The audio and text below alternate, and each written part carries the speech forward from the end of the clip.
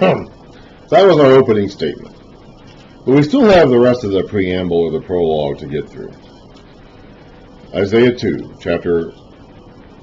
chapter 2, starting in verse 1. This is what Isaiah, son of Amos, saw concerning Judah and Jerusalem. So that opening statement apparently covers the entire scope of his ministry. Because he talks about how, in chapter 1, verse 1, it would span the entire scope of his ministry from the Uzziah down to Hezekiah. And now, so that first chapter was the scope of the entire book. And like I said, we introduced several themes there that are going to be running all throughout the prophecy of Isaiah. So now we're kind of starting, now we're entering another section of this. And we haven't gotten to this is the opening, okay? This will conclude in chapter 6, what we have called chapter 6, with Isaiah giving the statement, the account of his call from God. So he's not done kind of giving us his opening statement, but now we're going to be kind of moving on to another aspect of it. This is what Isaiah, son of Amos, saw concerning Judah and Jerusalem. In the last days, now there's that term again, last days. All right, that's in Hebrew. That does not mean the last days of the planet Earth. Okay, it doesn't even really mean the last days. In the Hebrew, that term is also used. This is where we always go to kind of prove that this term does not mean last days. That term is also used in Genesis 49, chapter 1. Genesis chapter 49, verse 1. Where it says, this is the end of the book of Genesis. All the sons of Jacob have gathered in Egypt together, along with Jacob himself. Jacob's about to die. And so he gathers all his sons together and says, gather around, so I can tell you what will happen to you in days to come. And then he goes on and gives them all kind of a statement about themselves and their character and how that's going to translate into the welfare of the tribes that come after them in days to come. That term, days to come, which we read here in our English version of chapter 49, verse 1 of Genesis, is in Hebrew the same word that here in Isaiah 2:2 and other places is translated last days. Okay, now in Genesis 49:1, we know that what Jacob is talking about does not refer to the last days of planet Earth or whatever. He's just talking about here's what's going to happen to you, the families that come from you in the future. Okay? The whole rest of the Old Testament bears that out. And that's the same term in Hebrew. You look up a Hebrew definition of these side-by-side comparison of the Hebrew words in these texts. That's the same term, Baharit, Hayamin, or how you pronounce it. And so in Genesis 49:1, it clearly does not refer to the last days. It just refers to days to come. So here, it also should not be taken to mean the last day. So when we read that word, that term, the last day, the reason why I say this, the reason why I can make a big deal about this, is that we hear this word, these terms, in the last days, and we just like jump, just like, oh, this is the last days of planet Earth. Okay? It says before the Antichrist comes, or the rapture happens, or whatever, whatever crazy nonsense you want to make of that. Because that's just, it's what it sounds like. It tickles our ears to think about the end of time. That's not what that word means, okay? And it probably shouldn't be translated last days. Latter days, maybe, in the sense of sometime after this. But we know that term does not actually mean the last days of planet Earth. And so that is not what is being talked about here. So I'm going to read it as, in later times, in days to come, the mountain of the Lord's temple. So this is what Isaiah saw concerning Judah and Jerusalem. In days to come, the mountain of the Lord's temple, that be Zion, will be established as chief among the mountains. It will be raised above the hills, and all nations will stream to it. Many peoples will come and say, come, let us go up to the mountain of the Lord, to the house of the God of Jacob. He will teach us his ways, so that we may walk in his paths. The law will go out from Zion, the word of the Lord from Jerusalem. This is fulfilled when the apostles take the word of the gospel from Jerusalem out to the rest of Israel and Judea and Samaria and the ends of the earth. This is fulfilled in the church. This is not fulfilled at the end of time before the Antichrist comes or whatever. Okay? This is fulfilled in later days, and those later days we know from the New Testament is the days of the church. Now that doesn't satisfy our demands for a physical fulfillment. Okay, Zion is not a particularly large mountain. The physical fulfillment of this passage would seem to indicate that Zion, the mountain of Zion, is actually going to be physically raised above all the nations of the earth. That did not happen. Okay, like that is not what this is talking about. But the word of the Lord came from Zion and from Jerusalem out to the ends of the earth. People from all nations said, let us go to the mountain of the Lord. Let us go to Zion, Jerusalem, to the teaching that comes from there, and become Christians, essentially, is what the New Testament would say. Follow the way. In fact, they actually called it the way. In Acts, they called it the way. So he taught them the way. God taught the apostles, spreading the message from Zion, taught them literally the way. That's what it means. It says it right here, he'll teach us his ways. And in Acts, they called it the way. This was referring to the spreading of the gospel in the days of the church and following, not the end of time. He will judge between the nations and will settle disputes for many peoples. They will beat their swords in the plowshares and their spears in the pruning hooks. Now, Micah talked about the exact same thing. To Micah 4, verses 1 to 3, the mountain of the Lord. And we'll see that Micah also referred to this, streaming of the peoples. Almost word for word, actually. In the last days, in the latter days, and days to come, this is Micah 4, starting at the beginning of the chapter, the mountain of the Lord's temple will be established as chief among the mountains. It will be raised above the hills, and peoples will stream to it. Many nations will come and say, come, let us go up to the mountain of the Lord, to the house of the God of Jacob. He will teach us his ways, so that we may walk in his paths. The law will go out from Zion, the word of the Lord from Jerusalem. He will judge between many peoples, and will settle disputes for strong nations far and wide. They will beat their swords into this is what I wanted to read, actually, excuse me. And to plowshares, and their spears into pruning hooks. Nation will not take up sword against nation, nor will they train for war anymore. That's almost word for word what Isaiah is saying here. So either they studied from each other, or there was just a common prophetic tradition that they both knew about and drew from. He will judge between the nations and will settle disputes for many peoples. They will beat their swords into plowshares and their spears into pruning hooks. Nation will not take up sword against nation, nor will they train for war anymore. Come, O house of Jacob, let us walk in the light of the Lord. You have abandoned your people, the house of Jacob. They are full of superstitions from the east. They practice divination like the Philistines and clasp hands with pagans. So they have turned to these practices that God expressly forbade them from doing.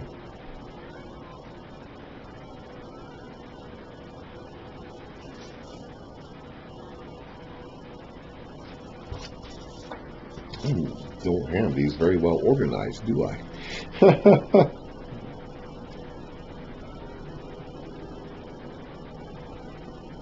There we are. Again, let's go back and find some of the specific prohibitions against this sort of behavior that God gave them.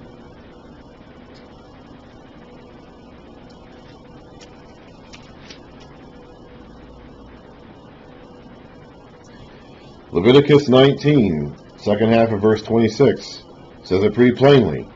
Do not practice divination or sorcery.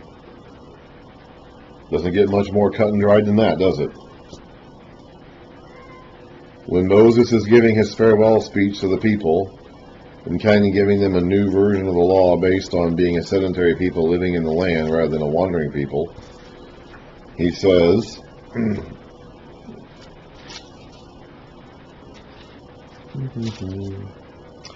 starting in chapter Deuteronomy 18, starting in verse 9, when you enter the land the Lord your God is giving you, do not learn to imitate the detestable ways of the nations there.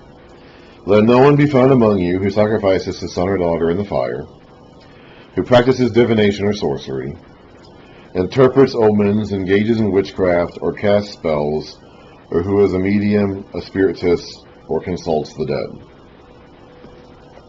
Pretty basic, but they were doing all this. This was a death sentence penalty here for this sort of stuff.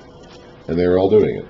They had turned to this stuff rather than turning to the Lord or listening to his prophets. Their land is full of silver and gold. There is no end to their treasures. Their land is full of horses. There is no end to their chariots. Their land, and they weren't supposed to do that either, okay? Again, let's go back to Deuteronomy. They weren't supposed to gather chariots and horses for themselves. Right before the section I just read, Deuteronomy 17, starting in verse 16, the king, when you get a king someday, meanwhile, must not acquire great numbers of horses for himself, or make the people return to Egypt to get more of them. For the Lord your God has told you, you must not go back that way again. You must, he, the king, his future king, whoever it may be, whatever king it may be, must not take many wives or so be led astray, and must not accumulate large amounts of silver and gold. Again, they're doing exactly that. So this, Isaiah is speaking about specific things that people are doing that violate specific commands that God has given them. Their land is full of idols. They bow down to the work of their hands, to what their fingers have made. So man, well, of course, obviously we're not supposed to have idols. The very first commandment is, you shall have no other gods before me. So man will be brought low, and mankind humbled. Do not forgive them. Not just Jacob, but all mankind. Yes, he called out Jacob to be his people, Israel to be his people, and they were doing this, like the nations around them. And they're going to get punished for it. That doesn't mean the other nations around them won't get punished for doing these same things. All mankind will be brought low for engaging in this behavior. Go into the rocks, hide in the ground, from the dread of the Lord and the splendor of his majesty. The eyes of the arrogant man will be humbled, and the pride of men brought low. The Lord alone will be exalted in that day. So we know from Joel, one of the reasons why I read the book of Joel first, in addition to believing it was written early, is also so that we could establish, because Joel makes it pretty clear the day of the Lord is. And all the prophets are going to draw from this imagery of the day of the Lord, including Isaiah here. God's going to have a day where he's going to be proven right, and those who are against him are going to be proven wrong.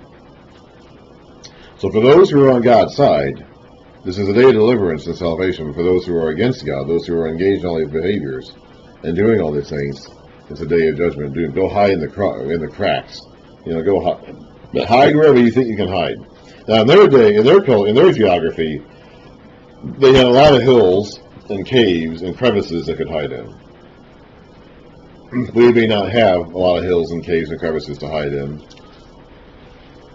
but that's what they had in their culture. So he's saying, go hide in those caves, go hide in those crevices, go hide underneath those rocks. See if that will save you from the dread of the Lord in that day. The Lord Almighty has a day in store for all the proud and lofty, for all that is exalted, and they will be humbled. For all the cedars of Lebanon, tall and lofty. Now these are people, okay? He's comparing these people to powerful, strong, mighty trees. For every lofty tower and every fortified wall, for every trading ship and every stately vessel, the arrogance of men will be brought low, the pride of men humbled.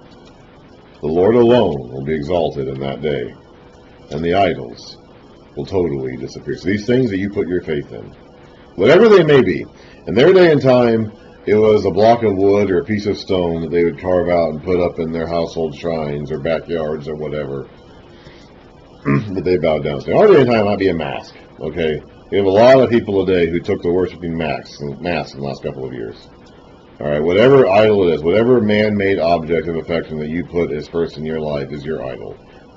Okay, so that's not, even though you may not physically put something in your front living room that you bow down to 3 times a day or whatever to pray to, you may not do that, but it's very easy to put something that you made or some objective or goal or ideal that you have placed in a position of centrality in your life that becomes your idol.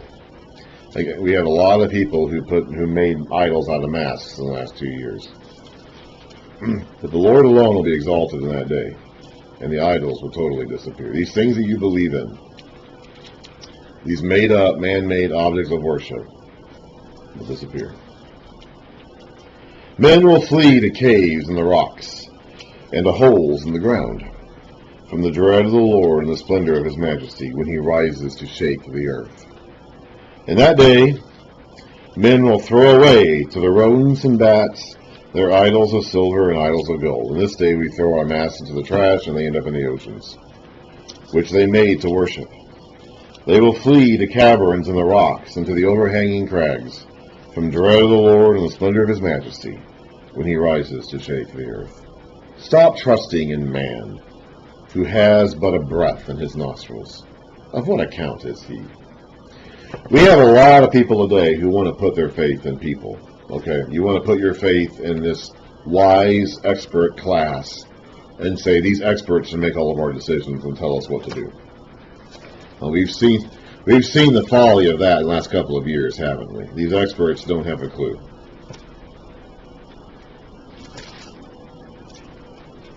See now, the Lord Almighty, is about to take from Jerusalem and Judah both supply and support, all supplies of food and all supplies of water, the hero and the warrior, the judge and the prophet, the soothsayer and elder, the captain of 50 and the man of rank, the counselor, the skilled craftsman, and the clever enchanter. So all the things, all the people, all the offices, all the positions you need for a functioning society that you could put your faith in to make your society run, he's going to take those away.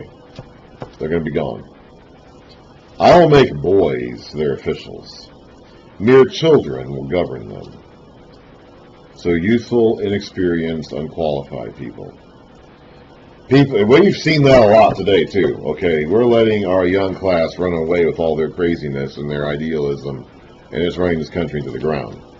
We never, about 30 years ago or so, around the time I went through school, maybe a little bit after, we decided that we were just going to let the young people kind of do everything.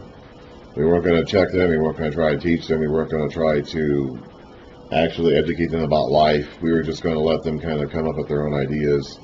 And these people now are in positions of authority, and they're making a mess of things. People will oppress each other, man against man, neighbor against neighbor. Today we call that cancel culture. The young will rise up against the old, the base against the honorable. We see that every day today. A man will seize one of his brothers at his father's house and say, "You have a cloak. You be our leader." So he has anything at all. Even if it's nothing but just a cloak to throw on his back, that's more what we've got. You be the leader. You be in charge. You take charge of this heap of ruins. But in that day he will cry out, "I have no remedy. I have no food or clothing in my house. Don't make me the leader of this people. I can't do anything."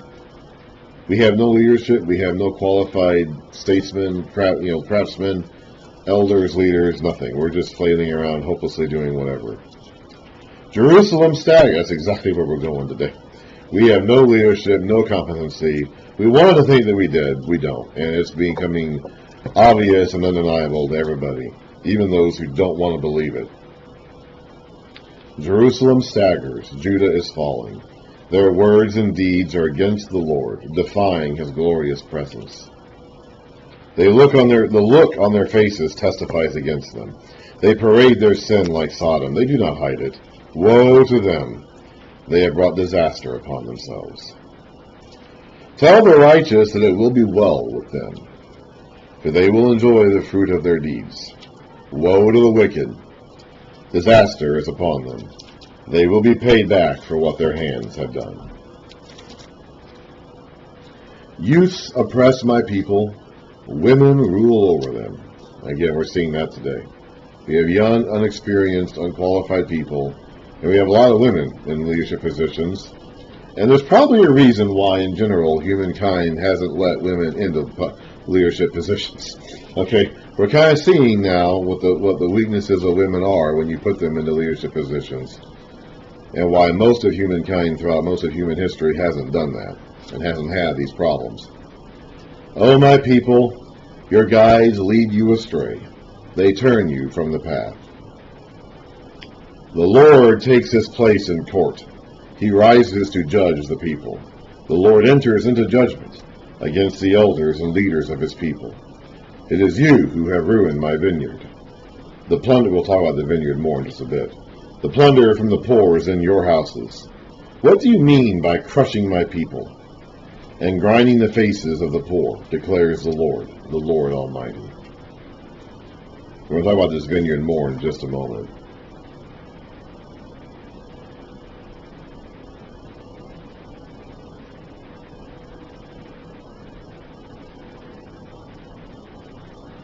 The Lord says, the women of Zion are haughty, walking along with outstretched necks,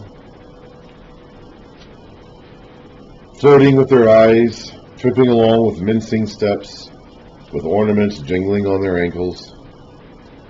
Therefore the Lord will bring sores on the heads of the women of Zion. The Lord will make their scalps bald. We read about that. I believe it was in Amos. The fat cows of Bashan. Sometimes it can get difficult flipping through some of these books. You get so used to flipping through the shorter ones, which can be over in a couple of pages, that when you have to go through the longer ones, it can get kind of confusing. Then you skip through the longer ones, you get down to the shorter ones, and you skip right past them because they're only a couple of pages long.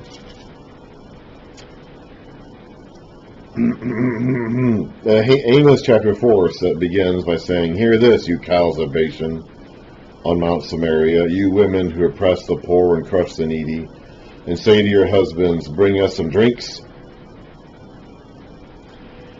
The sovereign Lord has sworn by his holiness, the time will surely come when you will be taken away with hooks. I mean, that refers to the Assyrian practice of putting hooks in people's faces and yanking them away. The last of you with fish hooks. You will each go straight out through breaks in the wall. The wall, of course, has been fallen down, and you'll be cast out toward Harmon, wherever Harmon is, declares the Lord. Isaiah is now saying basically the same thing to the women of Jerusalem. In that day the Lord will take away, this is back to Isaiah now, Isaiah chapter 3, verse 18. In that day the Lord will snatch away their finery, their bangles and their headbands and their crescent necklaces, their earrings and their bracelets and their veils, their headdresses and ankle chains and sashes, the perfume bottles and charms, the signet rings and nose rings, the fine robes and the capes and the cloaks, the purses and the mirrors and the linen garments and the tiaras and shawls. You're going to take all these nice things away that they like so much. Instead of fragrance, there will be a stench. Instead of sash, a rope, meaning they're going to be tied up. Instead of well-dressed hair, baldness, so they're going to be shaved and taken into captivity. Instead of fine clothes, remember when the Israelites took captive women, which they were permitted to do in certain circumstances, they could marry these captive women. Right there it is, in fact. Deuteronomy 21, starting in verse 10. When you go to war against your enemies, and the Lord your God delivers them into your hands, and you take captives, if you notice among the captives a beautiful woman and are attracted to her, you may take her as your wife. Bring her into your home, and have her shave her head, trim her nails, and put aside the clothes she was wearing when she was captured. After she has lived in your house and mourned her father and mother a full month, then you may go to her and be your husband, and she will be your wife. If you are not pleased with her, let her go whenever she wishes. You must not sell her or treat her as a slave, since you have dishonored her. So he's kind of referring to that imagery. These women, their own women now, are going to be taken captive. They're going to be dressed in sackcloth. They're going to have ropes tied around them to tug them along as they're taken off into captivity, and their heads are going to be shaved. So instead of sash, instead of fragrance, there will be a stench.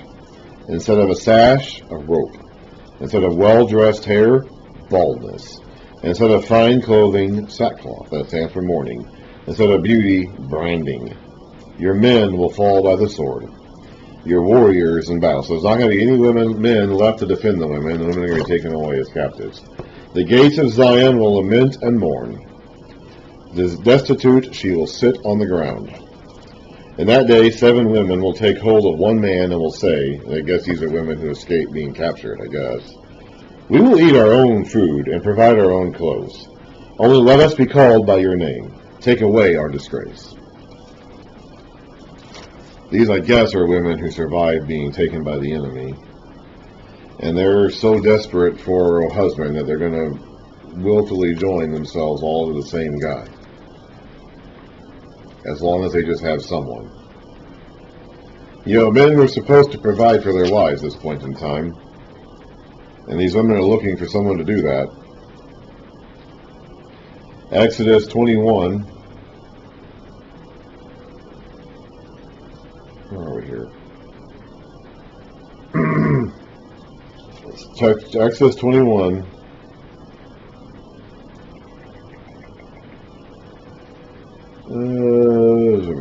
Talking about, the marriage process. If you select a woman for your son, hang on a second here. Let's just read the 2 verses at the end here. If you marry another woman, meaning you don't marry the woman that you're originally planning or originally promised to marry, you must not deprive the first one of her food, clothing, and marital rights. If he does not provide her with these things, she has to go free, without any payment of money. The husbands are supposed to provide for their wives, even if they had another wife they preferred more. So that's what these women here are counting on. These women apparently escaped being taken into captivity, but they still need someone to provide for them, and so they're going to all cling to one guy. However, we're going to move away from judgment to salvation here. So there's going to be judgment, there's going to be destitution, there's going to be destruction. But in that day, the branch of the Lord will be beautiful and glorious, and the fruit of the land will be the pride and glory of the survivors in Israel. Those who are left in Zion, who remain in Jerusalem, will be called holy, all who are recorded among the living in Jerusalem. The Lord will wash away the filth of the women of Zion. He will cleanse the blood stains from Jerusalem by a spirit of judgment and a spirit of fire. So fire can be a cleansing agent. It's a destroying agent, but it can also be a cleansing agent, just like water. Water can be a destroying agent and also a cleansing agent. Both water and fire can be agents of both destruction and cleansing. Then the Lord will create over all of Mount Zion and over those who assemble there a cloud of smoke by day and a glow of flaming fire by night. That's just like he did back when they were wandering in the wilderness. Overall, the glory will be a canopy. It will be a shelter and shade from the heat of the day and a refuge and hiding place from the storm and rain. There is going to be a remnant that survives this destruction. This remnant theology is going to be very important in the book of Isaiah and throughout the entire rest of the Old Testament and the New Testament. But in the destruction of the country, there will be a remnant. This remnant, to some degree, describes the physical survivors. Some of them will, like these 7 women here apparently, and the one man they're all married to, will physically survive the destruction. The remnant also refers to, and mainly refers to, the spiritual survivors, those who remain faithful to the Lord even in the midst of all this. These groups don't necessarily match up one-to-one. Not everyone who is faithful to the Lord will survive this coming destruction, and not everyone who survives this coming destruction is faithful to the Lord. Okay? So the physical remnant and the spiritual remnant are not necessarily the exact same group of people. But this concept of remnant, of a stump being left in the land that will eventually grow into a branch that will become a remnant that will save the people, is constant throughout the book of Isaiah and refers to survivors, basically. In some cases, physical. In some cases, really, the greater meaning is spiritual in nature. There's going to be a spiritual remnant that will survive. But some of those people don't survive physically the invasion, and some of the physical survivors of the invasion aren't survivors of the remnant, the spiritual remnant. So you have to be aware of that, too. Another concept of Isaiah.